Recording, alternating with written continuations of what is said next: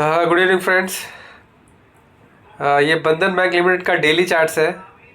हम चार्ट्स पे देख रहे हैं कि ये जो शेयर एक इससे ट्रेंड लाइन को फॉलो कर रहा है और इस ट्रेंड लाइन में बार बार सपोर्ट ले रहा है। यहाँ पे सपोर्ट ले, इसने यहाँ पे सपोर्ट लेके ऊपर जा रहा है, यहाँ पे सपोर्ट लेके, यहाँ पे सपोर्ट लेके और यहाँ पे सपोर्ट ले रहा है। ठीक है, और हम देख रहे हैं कि ये मतलब एक हायर लो का फॉर्मेशन बना रहा है। हायर लो, ये एक लो था, इसका नेक्स्ट लो इसके ऊपर बनाया, फिर नेक्स्ट लो उसके ऊपर और नेक्स्ट लो, तो it is making a formation of higher low and higher high. ये जो हाईज है, इस हाई से दूसरा ऊपर हाई और इसके ऊपर high. So the chart of Bandhan Bank Limited is making the formation of higher highs and higher lows, right? और अभी इसमें हम एक सिंपल सा सुपर ट्रेंड इंडिकेटर लगाते हैं और देखते हैं कि इस शेयर में हो क्या रहा है।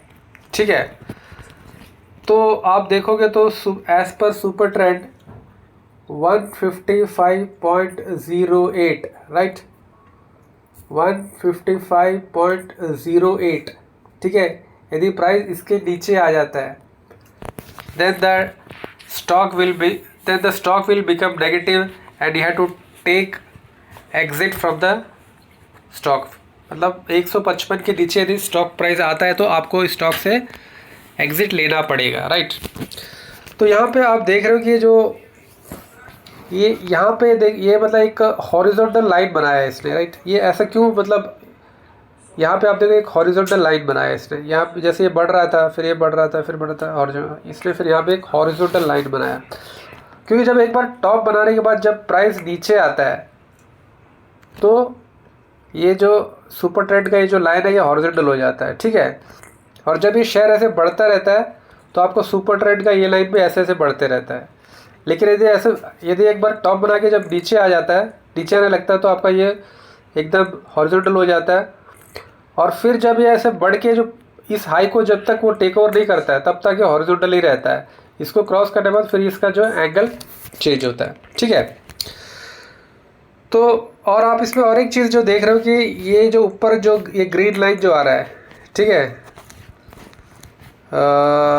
I am talking about this, ये वाला जो है, this is 200 days simple moving average. ये 200 सिंपल मूविंग एवरेज है।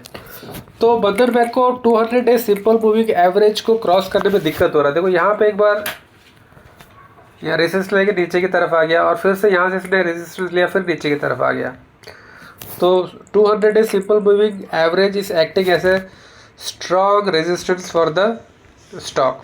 ठीक है, और फिलहाल जिस लेवल में स्टॉक खड़ा है हम देखेंगे तो ये जो लेवल है, हम इसको और थोड़ा सा जूम इन करते हैं और थोड़ा सा जूम इन करते हैं और इसका जो लार्जर पिक्चर है, हम उस लार्जर पिक्चर को देखने की कोशिश करेंगे। तो लार्जर पिक्चर क्या कहता है कि अभी जो फिलहाल लेवल में ये कभी इसका सपोर्ट हुआ करता था, यहाँ पे भी इसने सपोर्ट लेके शेयर प्राइस ऊपर की तरफ गया, यहाँ भी सपोर्ट लेके शेयर प्राइस ऊपर की तरफ गया है। जो पहले सपोर्ट हुआ करता था वो अब इस शेयर प्राइस के लिए एक रेजिस्टेंस बन चुका है। ठीक है, इसको मैं थोड़ा वीकली में कन्वर्ट करता हूँ ताकि हमें देखने में और समझने में थोड़ा सी आसानी होगा। ठीक है, डेली चार्ट में थोड़ा सा लंबा बन रहा है तो पता नहीं चल रहा है। तो मैं ये बता रहा था कि ये जो लेवल, ये जो एक सपोर्ट हुआ, सपोर्ट लेके ऊपर गया, यहाँ पे भी इसने सपोर्ट लेके ऊपर गया, यहाँ पे भी सपोर्ट लेके ऊपर गया।